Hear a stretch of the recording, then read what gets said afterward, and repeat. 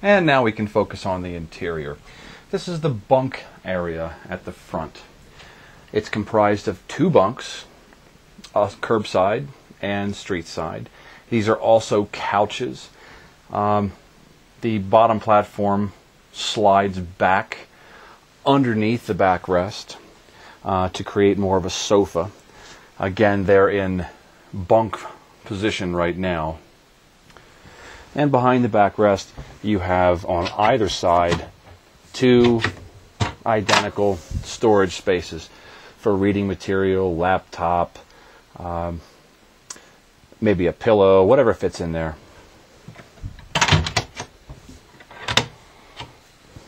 On the driver's side, there are 2 overhead storage compartments, as well as a CD, radio, DVD player, and a couple of 12-volt outlets. It's really nice to have these outlets here with this small storage space underneath.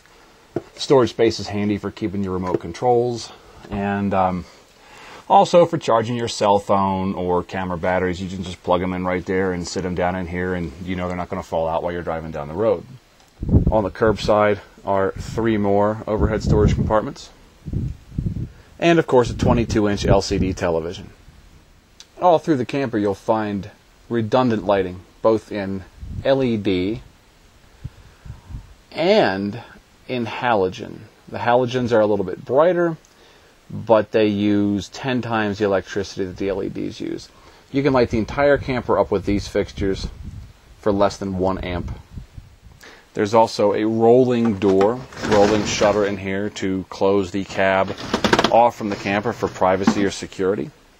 It's lockable from inside the camper, not the cab.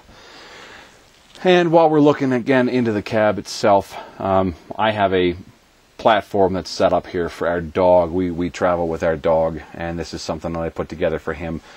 This will all be gone when the vehicle's for sale. Also not going with the vehicle will be these amateur radio heads. They are not included. Also in the bunk compartment is one of 2 switches for the floor lighting. It's very easy to turn these LEDs on. There are, I believe, 7 in the camper. There are 4 located in the bunk.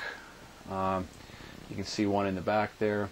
The purpose of them is to light up the floor of the camper when you're driving down the road so you can see to walk around in it, but not shine bright lights into anybody else's eyes on the road, or have any light that shines up into the mirror or onto the inside of the windshield to bother the driver. And this is a 50 amp DC outlet that I use for my amateur radio gear. You can use it for anything you like. And underneath these cushions you'll find storage space here. And we're now looking underneath the curbside bunk. You have the solar charge controller here in a compartment all to itself. Then here's a nice storage compartment for clothing, and a very large storage compartment in front of that. Now we're looking at the street side bunk. It offers similar access at the front for clothing, but the rear compartment on this side is taken up with a plumbing system. And now we've put the bunks back together as sofas, and you can see that you have seating for 6 or probably even 8 adults. Also in the bunk you'll find 1 sliding window and 1 hinged window. The importance of that is hinged windows can be opened in the rain but not while you're moving, and sliding windows can be open while you're moving but not in the rain. There's also a large 17-inch Bomar marine grade skylight, opening skylight, in the center of the bunk area roof. And in the galley section you find a nice stainless steel Force 10 thermocoupled stove. This particular range, if wind blows a burner out, it is thermocoupled and the gas does shut off. Most RVs are not like that.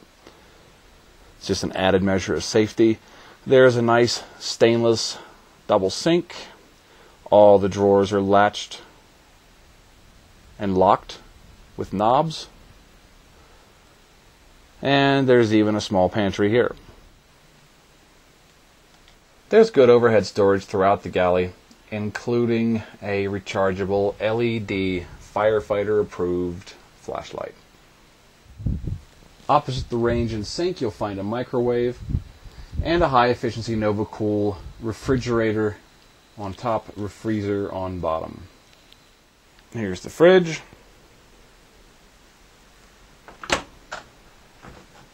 and the freezer. And if that's not enough, inside this compartment is an additional angle freezer. This small angled chest type unit can function as a freezer or a refrigerator and is accessed through the top of the dinette. It has its own breaker on the circuit board, on the breaker panel, so you can independently select it. There's more overhead storage over the dinette in the back. You'll also find more halogen and, of course, LED lighting as well. And built into the rear dinette bench, you'll also find additional storage as well as the MagnaSign 2000 watt power inverter. Also located on the rear bench is the master battery disconnect for the entire camper electrical system.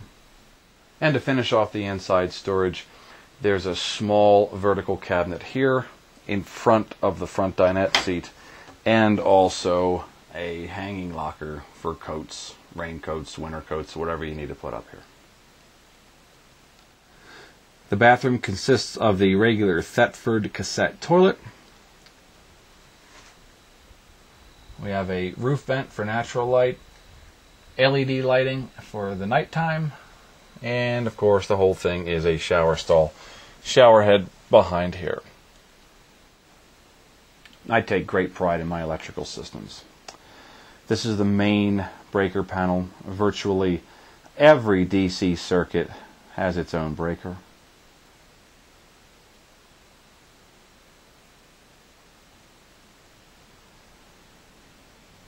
The same is true for the AC circuitry. This is the AC source selector, where you can select AC from the inverter, shore power, or generator. This is the inside remote control, remote start panel for the Generac 7500 watt diesel generator. Here's the control panel for the Magnum Energy power inverter / battery charger. Solar charge controller. And a Blue Sea Systems multimeter showing current and voltage. Also capable of producing a very annoying alarm, audible alarm for overvoltage and undervoltage situations.